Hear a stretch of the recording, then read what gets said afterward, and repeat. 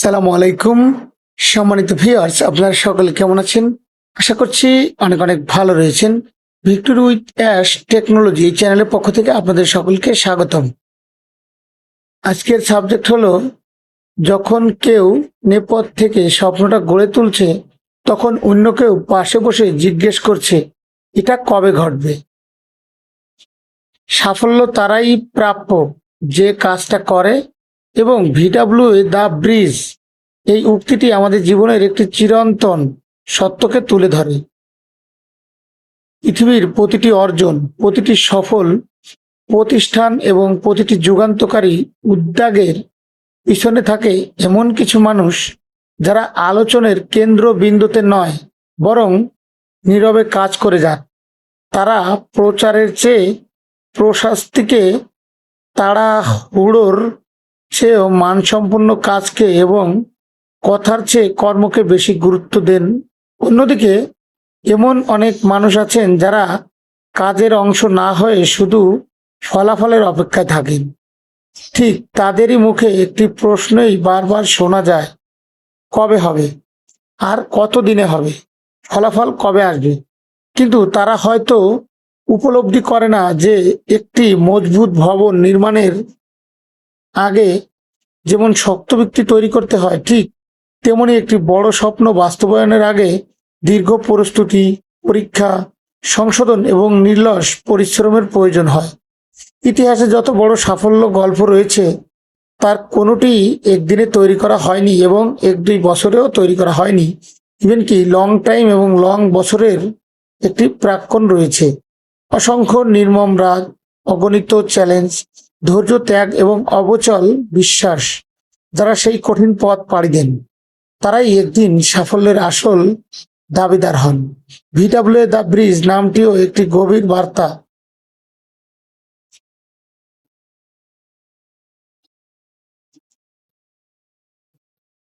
The bridge নামটি একটি গভীর বার্তা বহন করে।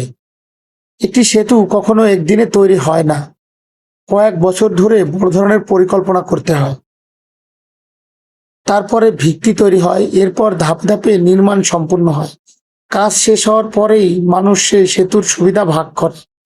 কিন্তু নির্মাণের সময় যারা শুধু প্রশ্ন করেছে কবে শেষ হবে, তারা নির্মাতাদের পরিশ্রমের গভীরতা বুঝতে পারেনি। জীবনেও ঠিক একই নিয়ম প্রয়োজন। আপনি যদি শুধু অপেক্ষা করেন, তাহলে সময় পার হবে, কিন্তু যদি সেই সময়টাকে শেখা, নিজেকে গড়ে তোলা, দক্ষতা বাড়ানো এবং ইতিবাচক মানসিকতা তৈরিতে ব্যবহার করেন, তাহলে সাফল্য এলে আপনি শুধু দর্শক নন, একজন যোগ্য অংশীদার বলে হবেন। তাই আমাদের উচিত প্রশ্ন করার আগে নিজের দিকে তাকানো, নিজেকে ফলাফলের অপেক্ষায় আছি নাকি সেটি কমপ্লিট হয়েছে নিজের থেকে বোঝা, নাকি সেটির গভীরতা কতটুকু সেটি নিজে নিজে অর্জন করা, নাকি সেই ফলাফলের জন্য নিজেকে প্রস্তুত করছি। আমি কি শুধু সমালোচনা করছি নাকি নিজের দায়িত্বটাও পালন করছি? আমি কি শুধু জানতে চাইছি কবে, নাকি প্রতিদিন নিজের কাজটি নিষ্ঠার সঙ্গে করে যাচ্ছি? মনে রাখবেন, পৃথিবীর শেষ পর্যন্ত কথাকে নয়, কাজকে মনে রাখে। যারা নীরবে কাজ করে তারাই একদিন ইতিহাস তৈরি করে, আর যারা শুধু প্রশ্ন করে তারা ইতিহাসের দর্শক হয়ে থাকে। তাই আসুন, আমরা কবে হবে প্রশ্নের পরিবর্তে আজ আমি কি অবদান রাখলাম এই প্রশ্নটিকে নিজের ভিতরে, নিজের জীবনের অংশ করি। কারণ সাফল্য অপেক্ষাকারীদের সাফল্য তাদেরই, যারা নীরবে, নিষ্ঠার সঙ্গে এবং ধৈর্যের সাথে কাজ করে এবং নিজেদের কাজে যায়। সময় একদিন সব সময় উত্তর, ঠিক সেই উত্তরের প্রকৃতি আনন্দ উপভোগ করবে তারাই, যারা অপেক্ষার সময়টুকু কাজে লাগিয়েছেন। পুরো বিশ্লেষণটি এবং আমাদের কোম্পানির এই আব্দুল সোবহান স্যারের মিটিং রুমের top senior leader Mohammad Sirajul Islam BD স্যারের পক্ষ থেকে কনভারসেশনটি আপনাদের মাঝে তুলে ধরা।